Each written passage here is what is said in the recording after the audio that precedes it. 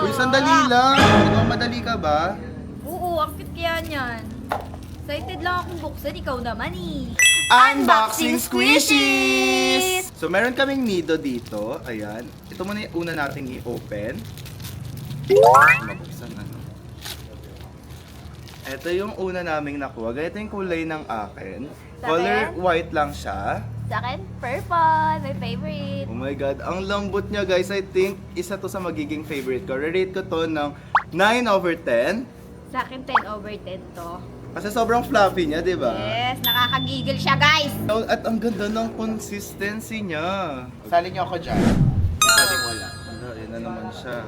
Meron akong cheese dito. Sa akin, burger. At sa akin, green. Hindi ko alam kung ano to.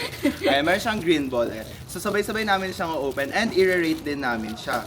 May goma siya actually, pero ang ganda niya hawak-hawakan ni Musi-Musi. Tignan niyo kung gaano siya ka-fluffy. Ay, ang sarap niyang pitchit-pitchitin. Ayan. Ito. Ay! Ano yan? Ano, ang ganda! Ah! Ay, Patry nga. wala. Ay. Ayun.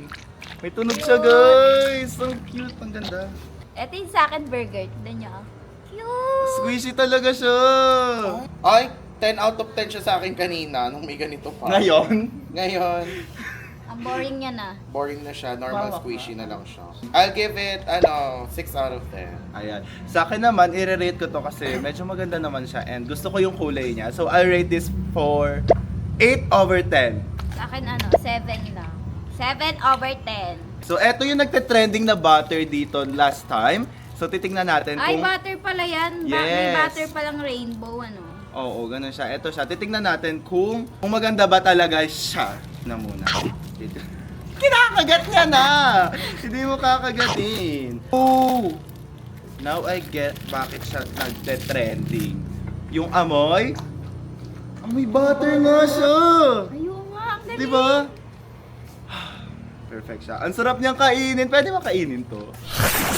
Hindi mo kakainin. Hindi. Kasi Makakainin ko.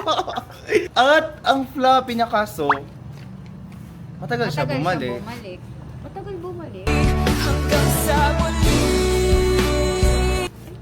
Hala, nire-rate pa namin. Alam mo yung, buttercream na biscuit. Mm-mm. Ganun yung talaga siya. nag-rate. Ang dami na naman! Kala ko isang malaki Ay, na. pwede ako mag-rate dito. Alam nyo guys, nung nagpailong ako, binigyan ako ng ganito nito. Anong ganyan? Stress ball. Let's... Oo nga, kasi masakit yung anesthesia sa ilong. Ang ganda niya guys, ang fluffy niya din. I think yung butter okay siya, kaso medyo matagal siyang bumalik. So, re-rate ko to ng 6/10. At saka magaan siya, parang cheap yung material na ginamit. Tsaka ang Yes. bango niya eh, no?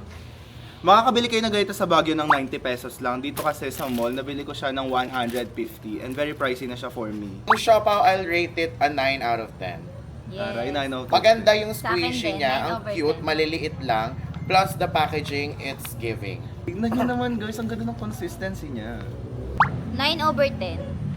Taray, Cute na. bakit 9/10? Ano yung pinaka-favorite mo sa mga in-unbox natin? Nung ito. Yan din, Nido din. Akin din ito, kaya akin to, syempre. Ito, sa akin na lang to. Sige, go. Sa mga gumagawa ng squishy, nananawagan po ako, mag-invento kayo ng ganitong squishy. Yes, yung tunog gabi. Oh, satisfying! Kaso hindi lang ito pwede sa mga may trypophobia. Parang may naalala ako Oo. sa tunog. Uy, uy.